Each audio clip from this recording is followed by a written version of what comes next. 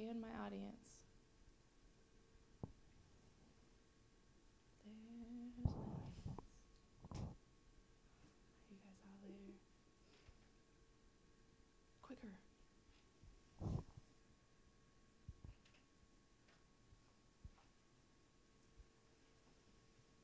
right. Ready?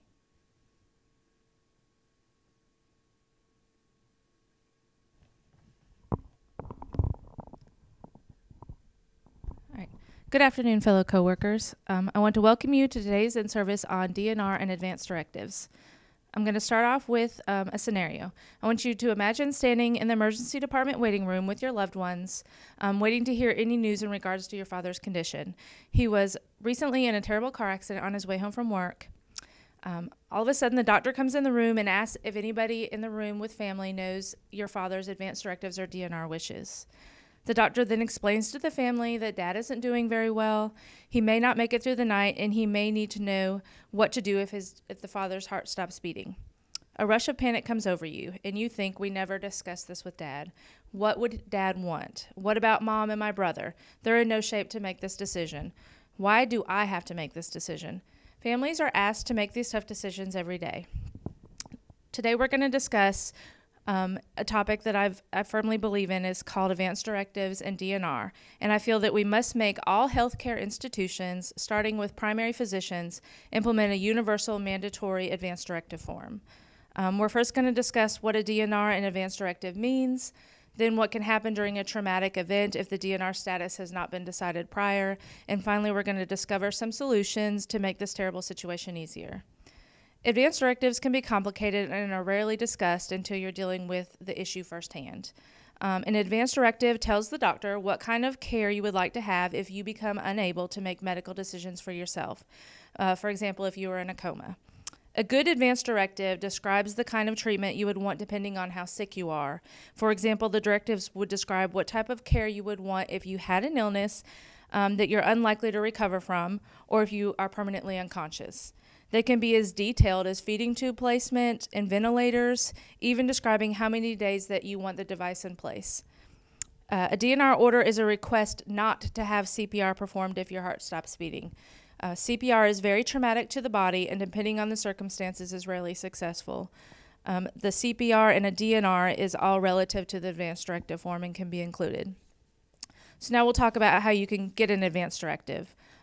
Advanced directives can be obtained in several ways. You can use a form provided by your doctor. You can write your wishes down yourself, but they're not as set in stone as if you get it from a lawyer or use a computer software program, and you can download things from the internet. It's always important to remember that advanced directives can be changed or canceled at any time as long as you are considered of sound mind to do so. So just if you make a decision at the age of 20 and you want to change it at 45 or 50, you're always welcome to do such.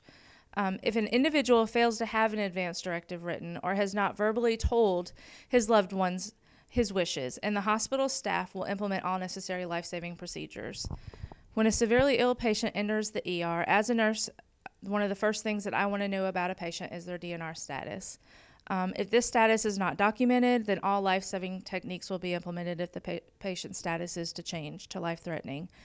One of the worst situations to be in is when a family is undecided or family members are torn on what to do. I've seen families in tears begging their unconscious loved ones to give them the answer, and it is unforgettable.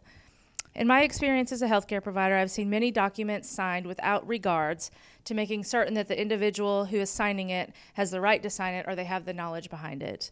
Therefore, the DNR order was signed and they did not fully understand the implications of what they are signing. When you're waiting for someone to be hurt or injured, it's very difficult to make those decisions and think clearly, so it's good to have it done prior. It is an unwanted burden to carry the responsibility of making life-changing decisions for our loved ones. That is why I believe that a universal, mandatory advanced directive form should be implemented. There are several critical issues to consider with regard to the utilization of this form. By having this form, it would decrease the issues of professionals like nurses with approaching families at the time of this grieving process, and it also has a lot of legal ramifications to do with it. It's obvious that having advance directives established before an unthinkable event happens is the least traumatic option for families. The liability of the healthcare professional and the hospital must also be considered. It is unthinkable to imagine saving a person's life only to find them waking up and suing you for going against their wishes.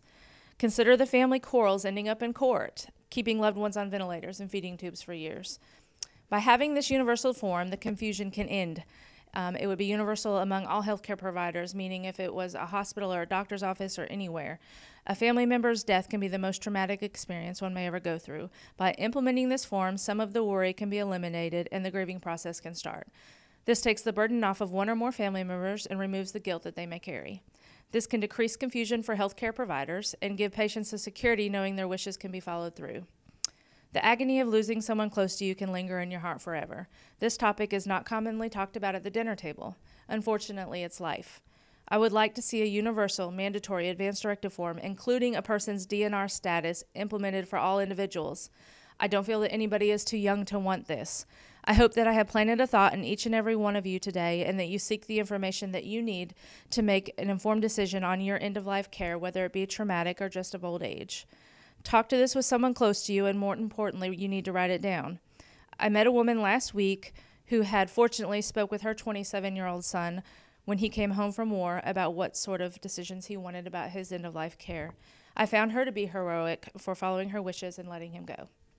And that concludes our in-service.